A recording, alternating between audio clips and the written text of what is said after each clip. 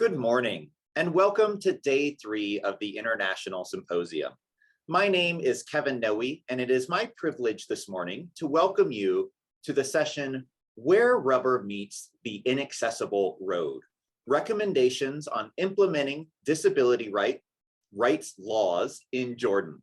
Today, our presenter is Sam Stoltz, an undergraduate student studying international studies and political science. Before we begin today, I would like to remind everyone that the Q&A box is available either below or above, depending on how your Zoom is situated. Please feel free to utilize the Q&A throughout the session. Additionally, at the end of this program, there will be a short survey, and if you have time and are able to complete that, we would greatly appreciate it. Finally, closed captioning is also available, so please feel free to toggle that on or off with your preference. And with that, I'm going to turn it over to Sam now. Awesome, thank you for that wonderful introduction. Hello, everybody. Like that wonderful introduction said, I'm Sam Stoltz. I'm extremely excited to be able to present my research today at the International Symposium. Again, feel free to drop some questions in that Q&A box, and I'll try to get to a few of them at the end of the presentation. So, like my presentation says, I'm going to be presenting on human rights implementation policy, specifically disability rights implementation policy. A quick overview of our presentation today, which will be about 35 minutes or so. I'll give a quick background on Jordan, because I know not a lot of people are familiar with that little country. Go through the literature that exists, talk about my ethics and methodology in conducting the study, go through my findings, and then give a few broad international applications, because obviously with this research, it's important that we give meaning beyond just Jordan. So starting with an overview of Jordan, Jordan is a country over in the Middle East, bordering Saudi Arabia, Israel, Palestine, Syria, Iraq, very close to Lebanon, so not always the friendliest of neighbors. Its population is about 10 million people or so, of which 91% are going to be urbanized. So most of the population lives in and around the major cities. And that's mainly to do with extreme water scarcity. Jordan is one of the driest countries in the world. It lacks most major natural resources. And so a lot of people live in those urbanized areas to have access to water. And as a result, the cities are really large and really crowded. The capital of Amman is going to be about 4 million people. I'll show you a few pictures of Amman in a second, which is going to be about 2/5 of the country's total population in that one city. The average income in Jordan is going to be about $637 with an 18.5% unemployment rate. Jordan has a really stagnant economy, unfortunately, really high unemployment rates, really low salaries, and that has effects across the entire country. Because of that, about 8.35% of Jordan's total budget is in foreign aid, their largest donor, of course, being the United States. And we'll talk more about foreign aid in a bit, but the foreign aid in Jordan, due to geopolitical implications and other factors, is mainly spent on public salary roles, not on increasing the capacity of the country and working on the economy. So Jordan, if you really don't know a lot about it yet, is really known for a couple of its natural wonders, mainly Petra, made by the Nabateans, of course, on the right, and then the Wadi Rum Desert on the left. So that's typically what people think of when they think of Jordan. But again, 91% of the population is urbanized, so big cities are much more common. Amman is known as the city of 7 hills. And so as you can see in this picture, there are a lot of hills. You get really good cardio living and working in Amman. I was in Amman from September through December 2021, studying abroad with the School for International Training in CSU. Amman is the reason I chose Amman for my study, because it's such a significant part of the Jordanian population. It was partially due to ease of access. Living there, it made it much easier for me to study the region, but also the average Jordanian lives in and around Amman. And so I figured that studying disability rights policy in Amman would give a better view of the rest of the country than studying it farther out in rural regions. Although urban and rural splits are another theme that I will be talking about in just a second. So starting with a literature review, there is not a lot of literature specific to Jordan in general, much less on disability rights, but almost all the policy or the literature that does exist is on education, specifically the push for inclusive education. I was lucky enough to get to visit a couple schools in Jordan during my time there, including Yarmouk University up in Irbid, a city to the north, a couple elementary middle schools. We painted some classrooms in one of them. We did English instruction in a couple of them. And these are just a few pictures of what those classrooms look like. But Jordan has a really weak education system, and so it's fairly understandable that they really have an extremely weak education system for people with different needs. Only about 1 in 5 disabled people in Jordan will receive any level of formal education. Of course, an extremely, extremely low number. And an extremely small percentage of that 1 in 5 will actually graduate high school. So only a fraction of the disabled people in Jordan get any level of formalized education, and very few will ever go on to technical or college. So for my literature review, my theoretical framework, I chose a logic model, which is frequently used in businesses or policy implementation, mainly in that it aligns inputs and outputs, with throughputs being the way that you turn what you're putting in, your policy, into your outputs. In this case, the input is going to be Jordan's Law Number 20, Law on the Rights of People with Disabilities, which governs the entire framework of accessibility in Jordan. And then the output is going to be accessible and inclusive locations. Note that in this presentation, accessible means physical accessibility, whereas inclusion is social acceptability. They're two very different things, and they're treated very differently in Jordan.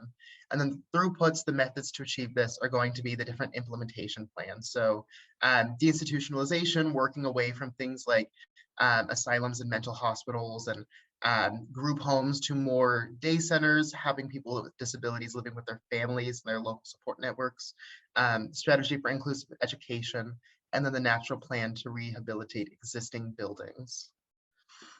So for my theoretical framework, I chose one model to analyze how successful each of the 3 categories was. For my inputs, I was analyzing the Jordan Law Number 20 for cultural context. So things like a contextual analysis of the country, a value-based approach in the language, horizontal and vertical alignment, and partnership implementation with a number of different people. The goal, of course, being that this isn't a law that's just copy-pasted from the US or the UN, but something that's uniquely structured to Jordan's needs. And so then has all the necessary components to be implemented successfully. For the throughputs, I really looked at, are there actions implementing the quality of life domains? Some of the biggest ones being supporting choice and personal autonomy for disabled people, inclusive environments for all different people, generic and specialized supports. Generic supports being things like physical mobility devices, and specialized supports being something like individual speech therapy. And then finally, for my outputs, again, the goal of this is accessible and inclusive locations. For my methodology, while I was in Jordan, I used 4 different data collection methods. I conducted 8 interviews with a variety of people. I conducted interviews with policymakers, consumers, which are going to be disabled people in their primary support networks, researchers in the disability rights field and sociological fields over in Jordan, and then professionals. I was lucky enough to get to go to a primary school for students with disabilities in Amman. I interviewed the woman who founded the school, speech therapists, physical therapists, all sorts of support staff, to really look at what the people who are working to make our societies more inclusive need. I distributed a questionnaire and was lucky enough to get 187 responses, all from disabled adults themselves or the parents and caretakers of disabled children. This is a really high response rate. I was really happy with that.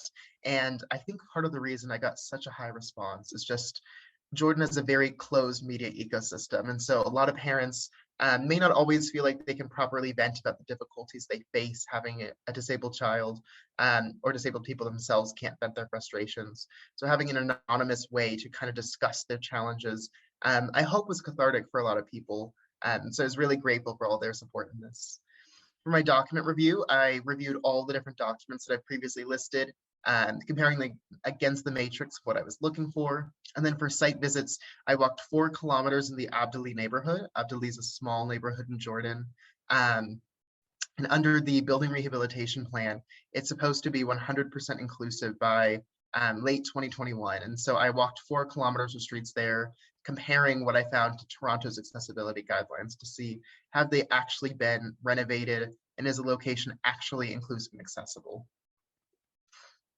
Just a quick note on ethics. So informed consents were signed by every single person that I conducted an interview or questionnaire with. My interview informed consents were both English and Arabic, since the interviews were conducted in English, and my questionnaire informed consent was in Arabic because the questionnaire was distributed in Arabic. For the protection of disabled participants, I did not interview any disabled children or distribute the questionnaire to any disabled children. And then I was very careful to work through our local review board to make sure any disabled adults I worked with, I wasn't putting them in any harm. And then finally, anonymity. All of my participants were kept anonymous just because, again, Jordan has a very unfree media ecosystem. And so to prevent any professional retaliation for anything negative that might have been said, all my participants were kept 100% anonymous. So now after that long wind up, I'm sure you all are really curious. What did I actually find in Jordan? Below are just 3 pictures that I took of many pictures that I took of the situation in Jordan. As you can see on the left, really cracked sidewalks, cars blocking the sidewalk. In the middle, there is no sidewalk, and so you have a lot of people walking in the streets. It's near Jordan's National Court of Justice, so that is equivalent to their Supreme Court. And there's no sidewalk on one of the directions next to it. And then finally, at the end, you can see a sidewalk that ends and is blocked by a travel bus. One frequent problem that I'll discuss in a bit is that a lot of sidewalks inadvertently became parking lots. So it was really difficult to get around some of those obstacles. So starting with my document review, I know this looks like a lot, but we'll go through it. So Jordan's Law number 20, the original law that everything is based on, law on the rights of persons with disabilities, I found actually included every single category I was looking for. It's an extremely modern, progressive law, and I was really quite surprised considering that Amman is not accessible at all. During my time working and living there, I had difficulty getting around locations as a fully physically able person, just because there are so many obstacles, whether it's the lack of sidewalks or the very steeply sloped streets. My host family, which Mama and Baba were about 79 and 82, were homebound because they really couldn't get around the city. So I was shocked to see how progressive this law was, including all the different categories I was looking for. And I later found part of the reason why. So I was lucky enough to meet with Aliza, who is the personal assistant to Prince Mired for his portfolio of disability rights. So she heads up the Higher Council for the Rights of People with Disabilities, is a disability rights activist and is disabled herself. And part of the reason this law is so incredible is she actually helped draft the UN Conventions on the Rights of People with Disabilities. So rather than Jordan being based on that, that is almost partially based on Jordan thanks to her work. A really incredible activist. I was so lucky to get to meet with her. And one of the incredible things that Jordan's Law number 20 includes is non-permanent disability. So for instance, if you're in the workplace, you break your arm and then you have a broken arm for the next 8 months, you can be considered temporarily disabled and still receive support and benefits, which is really progressive. It used a number of other things, including inclusive language and all sorts of different supports. It involved a contextual analysis of Jordan's needs. So really just an incredible law, which was not what I was expecting going into this.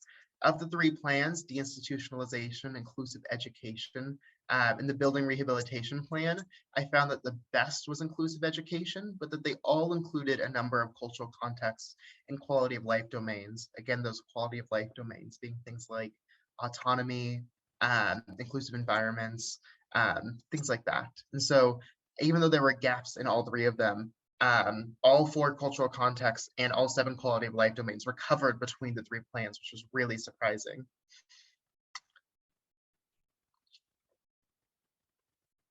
So talking about my interviews, I was lucky enough to interview a number of people, like I mentioned, and there were 3 really large themes that I pulled out of it. The first is the model of disability that's really being used in Jordan right now. So disability used to go under a medical model, which means that it was very much viewed as how can we help this one person become more traditionally abled, rather than discussing how society is built for able-bodied people and how that interacts with disability, and that disability is a natural part of human existence.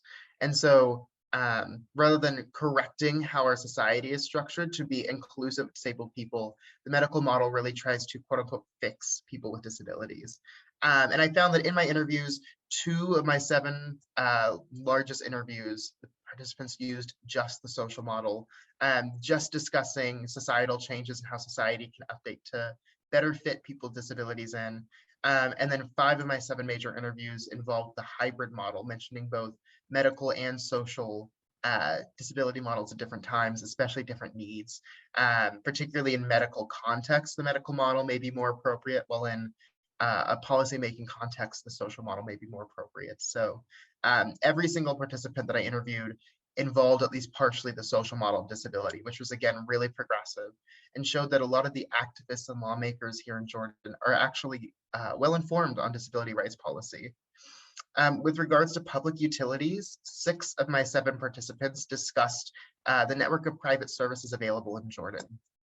And so in Jordan, there's really just a lack of public utilities, partially again due to funding, partially due to just difficulty providing it in a bit more of an unstructured urban environment like Amman. And then again, a history of not really providing those services. And so there's a huge private network providing these social services. Again, I went to a private school for students with disabilities, and the cost per month to go there was over $1,200 a month, which is double what the average Jordanian makes. And so that was the major theme that a lot of people brought up, was that there are plenty of private services to support you if you're wealthy enough. Again, one family at that school lived in Saudi Arabia, but flew back monthly so their student could go to the school. But for the vast majority of Jordanians and people living in Amman, those private services are not acceptable just because they cannot access them. They don't have the resources for it. They don't have the money to pay for them. And so it very much builds on the idea that there are public services only for people who can afford them, which is very disappointing to a lot of activists, especially considering that disability can be expensive. You might have to buy extra accessibility mechanisms, things like wheelchairs. There might be other medical needs that can be really expensive. And so for Jordanian families already struggling with those extra costs, it can be impossible to get into these private schools, hence the low level of formalized education for students with disabilities. And then the third major theme that I saw in all my interviews was discussions of the perception of disability. All 7 participants independently mentioned that they thought perceptions of disabled people had improved over the past couple of years in Jordan, and they attributed it to a number of factors, including technological resources. With the internet, it's really easy to find information, and so they felt that a lot more people were informing themselves on disability rights and disabled people and trying to fight their own stereotypes. Prince Mirat, who just took over the disability rights portfolio 3 or 4 years ago, has been really good about working with Jordan Times and other major newspapers in the country to publicize disability rights issues. There's been a couple of media campaigns fighting for the rights of disabled people. And so all 7 mentioned inclusion as a major theme that Jordan has been working on in the past couple of years. And all 7 really had seen substantial changes there. A quick map of my site visit data. And so again, I walked 4 kilometers of the Abdali neighborhood. On the bigger picture on the left, you can see an outline of the neighborhood in general. And then on the right, just a map of the little streets that I walked. I walked 3 of the 4 major streets that were listed as being rehabilitated by the time 2021 rolled around. And while they were definitely significantly better than the regular streets in most of Jordan, I did find a number of barriers that did not meet international accessibility standards. There were over 60 steps that had no way to get around them, one of which was 170% higher than international recommendations for the maximum height allowed. I actually went around that step. It was so tall that I couldn't get over it.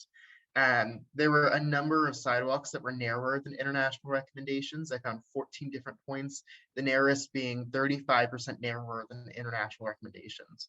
And international minimum recommendations are that a sidewalk is wide enough for 1 wheelchair. Ideally, it'd be wide enough for 2, so that 2 users in wheelchairs could pass each other without someone having to go off to the side or something like that. But the sidewalk was about 35% the width of a wheelchair, a single wheelchair. So again, I just went into the street during that. Finally, in this entire 4-kilometer area, I found 4 crosswalks. None of the crosswalks included things like audio cues in case you were blind. None of the crosswalks had different textures, again, to cue you off if you're blind. There were not a lot of visual distinctions. So if you had difficulty seeing, That could be another significant issue. There were no visual cues like you see in the US with the hand or the walk sign. So if you were deaf, you just had to make sure you did a really good job looking for cars if you couldn't hear them approaching.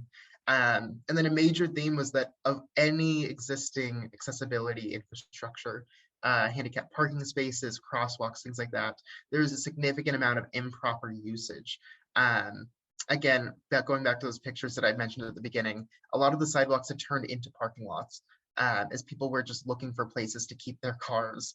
And so I did actually see some ticketing around the Court of Justice for people illegally parked over sidewalks, but people were illegally parked over handicap parking spaces, and there were no tickets. Most of the crosswalks were blocked by cars parking in them, which was really difficult. And that's another major theme that I'm going to bring up in just a minute, is just the difference between the need for accessible infrastructure and actually working to make societal shifts so that it's used correctly. The long story being, well, this was significantly better, partially because the Apley neighborhood is extremely new. There are still significant issues. This raises larger issues as Jordan works to make the older parts of Amman accessible. If the Adderley area, one of the newest parts of Amman, is not fully accessible after it's been rehabilitated, how can Jordan do that any better with its older, windier, steeper areas? And then finally, some of my questionnaire data, a lot of really surprising results here. So over the past 10 years, perceptions of people with disability has, for people with disabilities and their support networks, 51% said improved or significantly improved, 33% said no change, and only 8.4% felt that it had worsened or significantly worsened. Again, this is largely due to Amman's focus on inclusion, but I asked a similar question on accessibility rather than inclusion over the past 10 years. And about 44% of users said that they'd seen accessibility improve over the past 10 years. Again, a significantly higher said improved or no change than worsened. So even though Jordan's focus has been on inclusion rather than accessibility, people are really starting to see real change, which is incredible. And then this was one of my favorite statistics, which was in the next 5 years, do you believe that accessibility in Amman will? And 77% said increase or significantly increase. There's been a lot of hope in the disability rights communities, people with disabilities, their primary support networks, that Amman is going to trend forward and become significantly more accessible. There's a number of reasons for this. USAID has been really great about funding disability rights programs in Jordan. The Higher Council for the Rights of Disabilities, again, with the new Prince Murid at its helm, has really been a lot more active in the past couple of years. And then the 2017 law on the rights of people with disabilities, it had a number of early phases studying the feasibility projects, and a lot of those projects began 2020, 2021, 2022, et cetera. So there's hope that we'll be seeing those projects sometime soon. Of course, COVID threw quite a large wrench in that. But the point being that there's really a lot of optimism in this disability community in Jordan that things are going to get better. And then finally, I presented 7 locations in that questionnaire and asked participants to rank the importance of them from 1st through 7th if they were accessible. Because frequently, I don't think people with disabilities and their support networks are asked what locations are most important to them. And it fell along pretty standard lines, but there was a fairly large gap between the 4th and 5th priorities, which is why I put a space there. So healthcare, education, transportation were almost exclusively people's top 3s, followed by religious locations. Jordan's a very, very religious society, over 95% Sunni Muslim.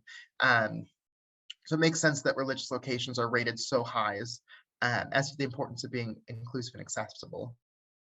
6th and 7th is businesses, government locations, which surprised me that it was that low, and then recreational areas falling last, things like parks, tourism locations. The point being, though, that all 7 had at least a 1st or a 7th rank, so it was somebody's 1st or last priority. So there was still some level of differences between them. But again, this kind of core infrastructure that really we should be looking at when we are setting this policy is going to be healthcare, education, transportation, and religious locations. And while there's been a real focus on the 1st and 3rd in Jordan, the 4th has been almost entirely excluded, and it's been up to each location to try and make sure it's accessible, making sure they're installing ramps, things like that. So that really did differ business to business, religious location to religious location. Jordan has really low code enforcement, and so that's something that they might look into doing more of in the future.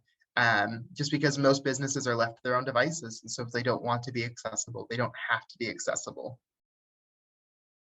So after collecting all of this data, I sat back down in my logic model to see where the issue was in disability rights policy implementation in Jordan. And I found that the inputs had a lot of really incredible material in it, but the outputs still weren't always there. Locations weren't always inclusive or accessible. So the main issue was happening in throughputs. These 3 plans that I mentioned weren't always being implemented well. And so that was being done due to a number of reasons that I collected data on. The first is going to be lack of resources. So again, talking to a number of government officials, every single ministry in Jordan faced budget cuts in both 2020 and 2021 from COVID. But most of them had seen shrinking budgets even before that, as they struggle with a lack of a tax base. Actually, the only department to not have a budget cut was the Higher Council for the Rights of People with Disabilities, just because their budget cuts were offset by USAID. So there really are just a very, very limited number of resources in Jordan, an extremely impoverished population. And a lot of the wealthy are actually on the Jordanian payroll. And so it doesn't make a very successful ecosystem for building a tax base that they can use to implement policies to make Jordan more accessible. The second major theme that came out of all this was the difference between accessibility and inclusion. All the government plans, all the people I talked to work in government, even a lot of the activists clearly delineated between the 2 goals. And the Jordanian government has clearly prioritized inclusion over accessibility. Their hope is that taking these less expensive actions, things like media campaigns, pushing out resources, will build public support for accessible legislation and accessible locations in the future, so it'll pay off down the road. It's also just much easier for them to target it because they can do things like school programs that cost very little money to implement because they already have schools and teachers, of course. They just need to update curriculum to include more disability rights material in it. So kind of the low-hanging fruit, but a very long-term goal. The goal being that inclusion will increase the acceptability of people with disabilities in Jordanian society. And this will lead to an easier time implementing accessible legislation in the future. And then the third major theme I found was resiliency. So resiliency was there 100% of the time I was in Jordan. Jordan survived the Syrian civil war crisis, climate change. It survived British and French imperialism around it after World War I. It was actually designed to be ungovernable, kind of this no man's land between French and British territory. But Jordan's still here today. It's got one of the best economies in the Middle East, one of the most politically stable countries in the Middle East, a major US ally, frequently working with both Israel and Palestine to negotiate their differences when crisis flares up there. And so resiliency is really built into the core of what Jordan is, and the people are really resilient. I talked to one disabled person in a wheelchair who would take flights of stairs every single day, stair by stair by stair, which just sounds exhausting. I couldn't even possibly imagine it, but he was happy. He said, it's okay. I know how to do it. I can make it around. He really just wasn't bitter or angry that the Jordanian government hadn't put ramps into those flights of stairs or elevators. And I was just so shocked by that, but it really does speak again to the Jordanian people have been through a lot, and they really are resilient. And so they will continue to be resilient in the face of change and continued difficulties in the near future. So what are my recommendations for international policy? I know many of you are probably not going to be doing work in Jordan, although I do highly recommend you visit. It's a beautiful country, incredible people. So what recommendations do I have for you to take out into your regions, or potentially to even bring back into US accessibility policy? Number one is going to be changing our discussion from a cost-based discussion to an opportunity-based discussion. Like most major policies, most discussion revolves around how much it costs to implement a policy. A lot of the inclusive education discussions are around how expensive it will be to update schools and hire extra teachers, build an entirely new curriculum for people with disabilities. But this really lacks the full discussion on why are we doing these changes. Well, I was over in Madaba, which is a western city in Jordan, right near the Dead Sea. It's famous for its old churches mosaics. I went to a mosaic company that had 54 employees, all of whom were disabled, and they'd made thousands of mosaics that were being sold internationally. And so an opportunity discussion, rather than facing on how much money did it cost to train these people to make mosaics, would focus on by bringing people with disabilities into the economy, how much benefit are we reaping that we would have otherwise lost? The answer is clearly substantial. There are a lot of benefits to making sure an economy is open to everyone, especially in an economy struggling as hard as Jordan. So working to reframe the language of legislation, even the language of activists, to focus on the opportunities available from taking these actions rather than the costs that are required to implement these actions, I think would build a lot more buy-in, especially from government officials, if they can see the really powerful impact of these actions. My second recommendation is going to be to balance accessibility and inclusion. Like I mentioned, they're two separate goals. Jordan is really focused on the latter, and that isn't necessarily bad. Inclusion is really important, but at the same time, well, it's a long-term goal, and we really do need a couple short-term fixes for disabled people. Because even if you're no longer stigmatized or excluded from society, if you can't get to the hospital or you can't get down the street to the police station if something happens, again, you really just still cannot be a full part of society. And so while it's really tempting to go after just inclusion, that low-hanging fruit early on, it's important for the Jordanian government and for any government that they also continue to prioritize accessibility to balance both short-term and long-term needs. Another really strong critique I heard from balancing inclusion, particularly from disabled people, was that it once again centers able-bodied people in this discussion. Rather than focusing on the needs of disabled people and accessibility, it focuses on able-bodied people and how we can teach them to be better in inclusion. So really just continuing to center disabled people in this conversation involves balancing the two needs because both are very, very important. My third recommendation is to increase the knowledge disabled people have on their rights. So almost 2 in 10 disabled people had never heard of the law on the rights of people with disabilities and the protections included within it. And almost 4 in 10 had never heard about the Higher Council for the Rights of People with Disabilities. That was the I've never heard of it. There were significantly larger variations in the I know very little bit about it sections. Only about 15% of disabled people said they knew quite a bit or a lot about their rights enumerated under the law, the rights of people with disabilities. So an important protection for disabled people is continuing these information campaigns to make sure they know their rights. A lot of enforcement happens based on reports in Jordan rather than being proactive. People reporting locations that aren't up to accessibility standards, employers that are discriminating against them. And if you don't know your rights, then you obviously can't report someone for a rights violation. And so continuing to just make sure that disabled people understand what they're entitled to is really, really important. The Higher Council for the Rights of People with Disabilities has done a really good job translating the law. They turned it into Braille, so people who are blind can see it. They've signed the entire law so people who are deaf can watch it. So they've really been working to try to make sure that everyone has an understanding of their rights in Jordan, but just continuing to broadcast that and publicize it will be really important to helping people make sure that they can protect their rights. And then number 4, this is kind of one of my biggest recommendations. I recommend reviewing the feasibility of non-traditional foreign aid.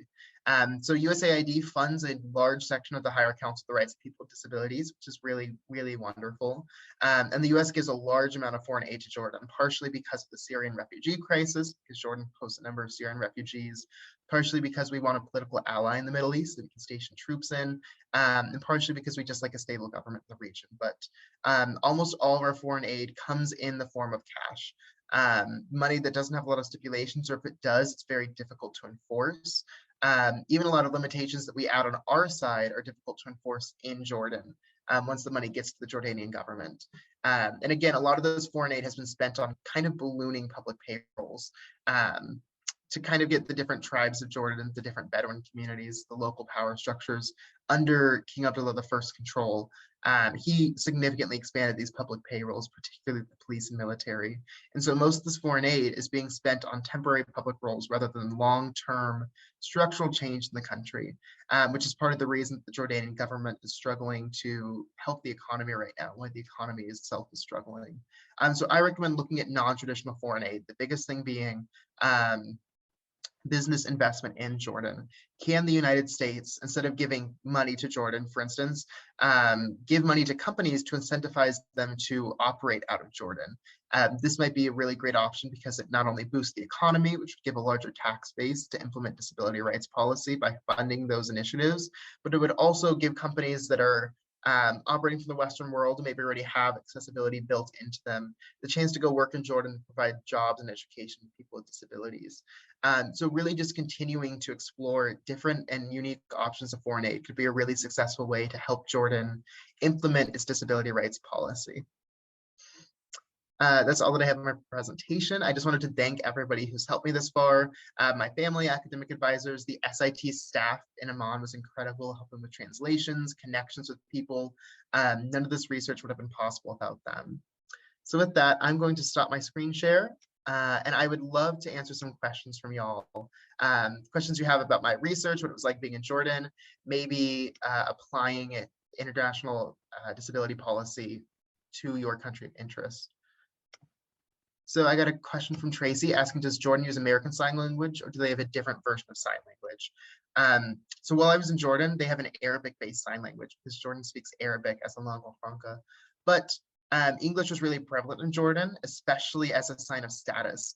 My family, which was my host family, which was definitely wealthier, their kids went to a school that taught entirely English from kindergarten onward.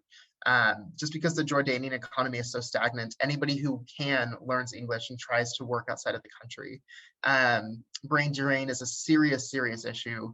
I know that the private educational institution I went to mentioned that they just can't keep qualified workers because they can make 2 to 3 times as much over in Qatar or Saudi Arabia. And so a lot of really qualified workers are leaving the country. So there's a lot of English, but the community in Jordan used an Arabic form of ASL, but a lot of the people that get formalized education also have levels of ASL because American Sign Language and English is so prevalent within the country. I hope that answered your question. Are there any other questions I can answer for people?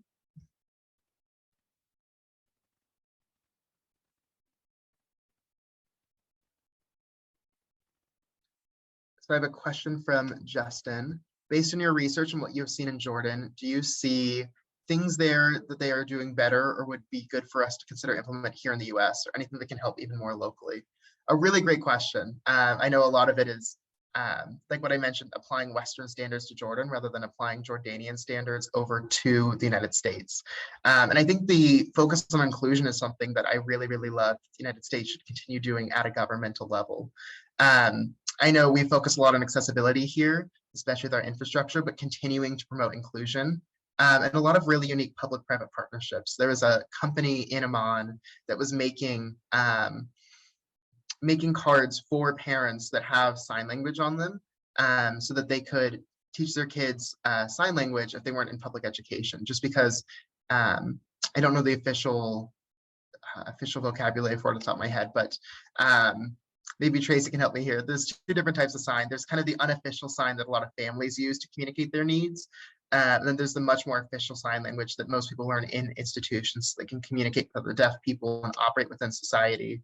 And so these cards were hoping to help parents teach the more formalized version of ASL to their students. And so even if they couldn't get them to or in formalized education, they could still get support and learn. So just continuing to maximize those public-private partnerships and use the innovative power of the economy is that I think the US could do very, very well. According to Tracy, I explained it well. Thank you, Tracy. Glad to know I didn't butcher it too badly. I also have a question for Michelle. Do you plan to give your study results to the Jordanian government? And my answer is yes, I actually already did. So the Jordanian rights activist that I mentioned, that's the personal assistant to Prince Mirid, received the final version of my report, including the entire summary of questionnaire data, which she is currently using as she sees fit. I know that she recently reached out to ask me a couple questions about my questionnaire data in particular and how it's collected, expansion on 1 or 2 of the different questions on how people have seen accessibility change in the past couple of years. The Jordanian government can do a better job gauging how successful their implementation has been. So I'm really, really grateful that the Jordanian government was very open to hearing this. They were really, really open to supporting me as well, making sure that I had access to everything I needed, sending me a variety of resources. So the Jordanian government was really open to getting recommendations on how it can better implement disability rights policy. Again, this is partially the split between the monarchy and the rest of the government. In Jordan, the monarchy is very separate. You cannot criticize the monarchy, but the civil society government is open to criticism and change. And so they really were excited to get some of these recommendations from an outside perspective, and for me to use non-governmental channels to reach people and get their feedback on how their lives have been changing, just because it can be difficult to access a lot of disabled people if they aren't going through formalized systems like public services or public education to get their feedback on how they've seen their lives change.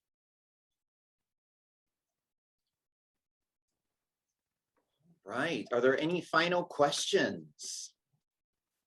I don't see any coming in at this time. So with this, I'm going to say a huge thank you to Sam, not only for the wonderful presentation, but all the amazing work and research that you're doing on these important topics. Thank you to everyone who joined us today. We really appreciate having you here. As a reminder, we still have 2 more sessions in our International Symposium, so please feel free to join us at 11 and again at 12. And if you have time, please do complete the survey after we close out this Zoom room. So again, thanks to Sam, thanks to everyone here. Have a great day.